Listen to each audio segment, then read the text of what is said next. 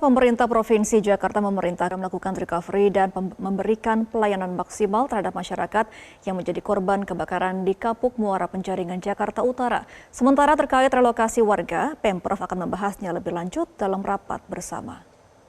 Sudah berkoordinasi dari kemarin dengan Bapak Wali Kota Jakarta Utara untuk ditangani maksimal, maka pada hari ini seluruh kepala yang ada di Balai Kota all out turun tangan, mulai dari Dinas Kesehatan, Sosial, Damkar, Satpol PP, Pendidikan, apalagi Kesehatan, Dukcapil, dan bagi keluarga atau korban yang ijazahnya, KTP-nya, ataupun apapun yang terbakar, saya minta untuk segera dibuatkan, diselesaikan.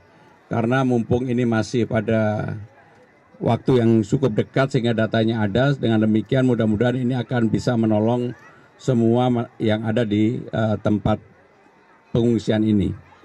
Sementara tadi setelah saya keliling memang ada keluhan kecil-kecil.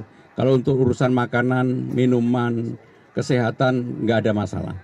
Hanya memang karena panas mereka meminta misalnya kipas angin. Kemudian juga ada permintaan tentang susu formula.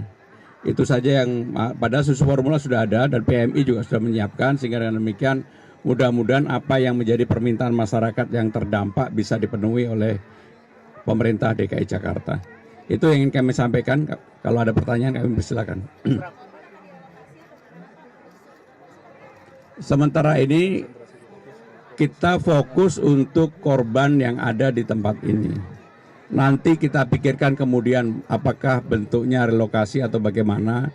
Nanti kami akan putuskan dalam rapat secara menyeluruh, secara detail mengenai penanganan dampak dari. Jelajahi cara baru mendapat. Menteri Kebudayaan Fadly Zon menolak aktivitas tambang nikel di Raja Ampat yang belakangan menuai sorotan publik. Menurut Fadly Zon, jangan sampai keindahan ekosistem alam di Raja Ampat rusak akibat tambang.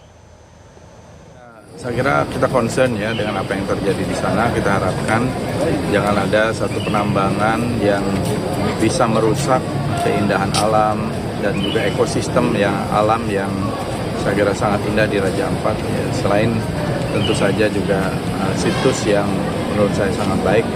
Ini yang mungkin nanti harus dibicarakan bagaimana investasi dan kegiatan-kegiatan penambang itu jangan sampai mengganggu situs-situs bersejarah, termasuk situs yang merupakan ekosistem alam yang sudah baik terjaga. Jelajahi cara baru. Pemirsa, Satlantas Polres Bogor menerapkan one-way arah Jakarta pada Minggu siang seiring meningkatnya arus ke Jakarta. Petugas kepolisian menerapkan rekayasa lalu lintas dengan mempertimbangkan kondisi lalu lintas.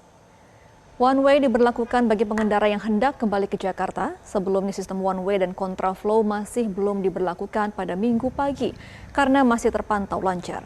Volume kendaraan pada hari ini, pada hari Minggu relatif sama dengan hari sebelumnya, tidak meningkat signifikan. Sementara untuk hari terakhir libur pada esok, Satlantas Polres Bogor masih mengantisipasi pemberlakuan sistem one way dengan mempertimbangkan volume kendaraan, baik itu menuju ke arah puncak maupun kembali ke arah Jakarta.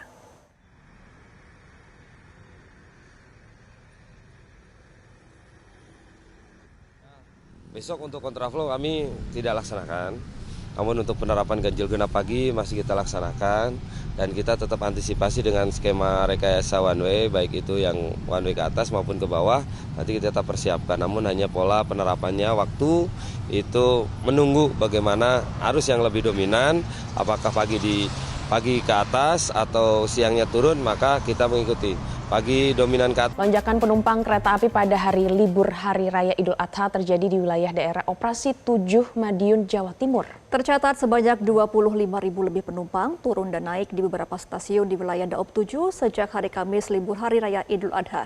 Informasi selengkapnya tunggu apalagi bersama Kata Oma.